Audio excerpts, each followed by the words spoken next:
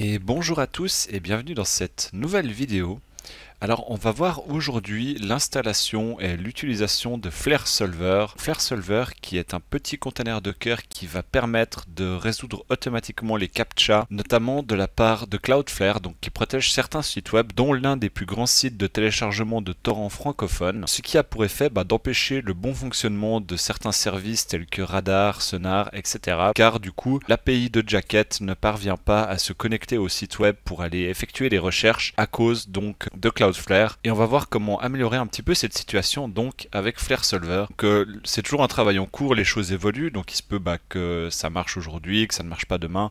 Voilà, mais globalement ça va quand même améliorer la situation. Donc on va passer tout de suite à l'installation et à la configuration de Flare Solver. Donc évidemment, comme d'habitude, vous trouverez en description le lien pour aller sur GitHub. On va également un peu parler de Portainer, donc je vous renvoie à ma vidéo sur Portainer si vous ne l'avez pas vue, histoire que vous ayez exactement la même interface que moi pour réitérer les manipulations si besoin est. Tout d'abord au niveau de Jacket, donc j'ai récupéré ici le Jacket qu'on avait mis en service pour une précédente vidéo.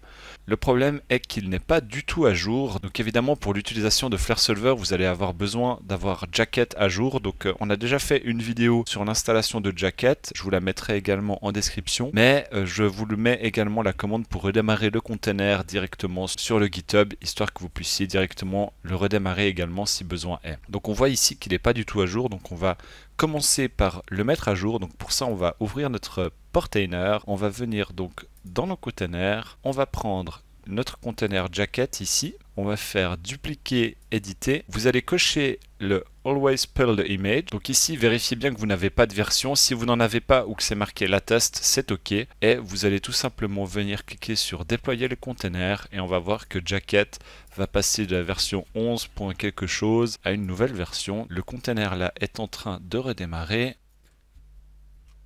Voilà, Jacket est à présent à jour, on voit qu'on est passé en 17.166 et l'on peut voir ici que l'on a un nouveau champ qui s'appelle Flare Solver API URL, donc qui n'était pas présent avant, donc la mise à jour est vraiment importante pour que ça puisse fonctionner. Et on va tout de suite passer donc au démarrage de Flare Solver. Donc ici sur le GitHub on a les instructions un petit peu de la part du développeur et notamment ici la commande pour démarrer le container. Donc je vous ai mis une petite version un tout petit peu modifiée sur GitHub, histoire de rendre la chose un tout petit peu plus facile, notamment par la configuration de quelque chose qui est assez important, c'est le CAPTCHA Solver. Donc ça va être le moteur utilisé par Flare Solver pour résoudre les challenges qui seraient proposés. Donc vous en avez deux à disposition, le HCAPTCHA Solver qui est ici, ou alors le Harvester tout simplement. Donc dans notre cas on va utiliser le HCAPTCHA Solver et on va voir qu'on a deux options pour ça. Donc on va aller récupérer tout ça sur GitHub. Donc il suffit de copier cette ligne de commande et de venir la coller sur votre NAS ou votre hôte Docker et de faire Enter et l'image va démarrer donc avec le nom ici Flare Solver et on va pouvoir aller contrôler si l'API écoute correctement une fois le pull terminé.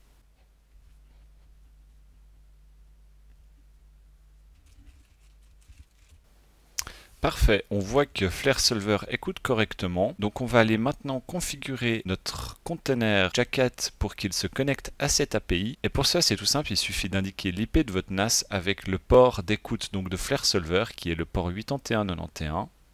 Donc on va effectuer ça maintenant. Donc on voit pour le moment si je veux ajouter ce tracker à mon Jacket, je ne parviens pas à l'ajouter. On a un petit message qui nous dit d'utiliser Flare Solver pour y accéder et on voit qu'on obtient une erreur. Donc on va rapidement configurer Jacket. Donc pour configurer Flare Solver dans Jacket, il vous faut venir tout en bas, chercher donc le champ Flare Solver API URL que l'on avait vu avant et tout simplement de taper http l'adresse IP de votre NAS, donc dans mon cas 10.0.0.126, deux points, donc le port de Flare Solver et vous pouvez tout simplement faire appliquer les paramètres du serveur et on va venir retester la configuration de Flare Solver avec ce tracker dont nous parlions avant. Donc lorsque j'ai cliqué sur réglage, on voit il y a une requête qui a été faite ici. Je vais tout simplement maintenant, j'ai rentré donc mes identifiants, je vais faire OK. Et on voit à présent que le tracker est en succès, donc tout fonctionne correctement et à partir de maintenant j'ai donc le tracker qui est disponible. Si je fais test, on voit les requêtes qui viennent s'effectuer au travers donc de notre container Flare Solver et le test va être un succès. Donc maintenant que le tracker a été ajouté, on peut refaire un test. Alors il se peut qu'il y ait des erreurs, par exemple ici j'ai fait un test et le test a été un échec, mais si on reteste à présent, le test est un succès. Il y a encore un tout petit peu parfois des pléclotages, mais au moins on a quelque chose de fonctionnel et d'utilisable. Et puis en tout cas des tests que j'ai menés, cette configuration semble fonctionner pour moi. C'est tout pour cette vidéo sur l'installation donc de Flare Solver. J'espère que ça vous a donné envie de la tester. Je vous dis à la prochaine. Ciao ciao.